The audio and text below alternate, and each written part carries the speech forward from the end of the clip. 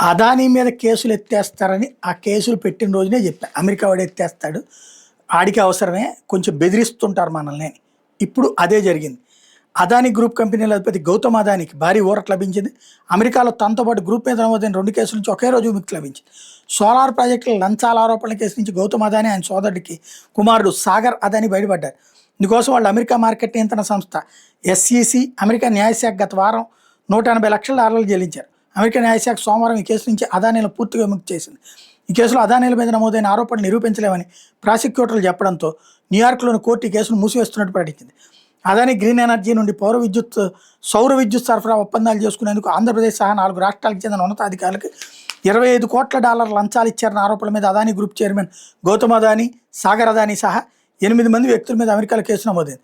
లంచాల సొమ్ము పోగేసేందుకు Adani green energy తన project మీద తప్పుడు సమాచారం ఇచ్చి అమెరికా ఇన్వెస్టర్ల నుంచి నిధులు సేకరించిందని ఫారిన్ కరప్ట్ ప్రాక్టీసెస్ చట్టం కింద కేసులు నమోదు చేసింది. మరోవైపున ఆంక్షలు విధించిన ఇరాన్ నుంచి అక్రమంగా ఎల్పీజీ దిగుమతి చేసుకున్నందుకు అమెరికా ఆర్థిక మంత్రిత్వ శాఖ పరిధిలోని office of foreign assets control case పెట్టిన కేసు నుంచి కూడా అదానీ గ్రూప్కి విముక్తి లభించింది. ఓఎఫ్ఏసీకి $27.5 కోట్ల $2,645 కోట్లు చెల్లించి ఈ కేసు సెటిల్ చేసుకున్నట్టు అదానీ గ్రూప్ ప్రకటించింది. అమెరికా దర్యాప్తు సంస్థలు తాము పూర్తిగా సహకరించడం ఇది సాధ్యమైందని తెలిపింది. 2023 నవంబర్ నుంచి గత ఏడాది జూన్ వరకు అదానీ గ్రూప్ అమెరికా ఆంక్షలను అతిక్రమించి ఇరాన్ నుండి ఎల్పీజీ దిగుమతి చేసుకుందని ఆరోపణ.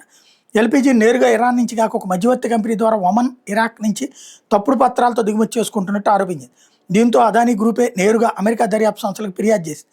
ఈ దర్యాప్తుతో పూర్తిగా సహకరించడంతో అమెరికా ఆర్థిక మంత్రిత్వ శాఖ సెటిల్మెంట్ అంగీకరించినట్టు అదానీ గ్రూప్ తెలిపింది. దీంతో అమెరికాలో నమోదైన 2 ప్రధాన కేసులు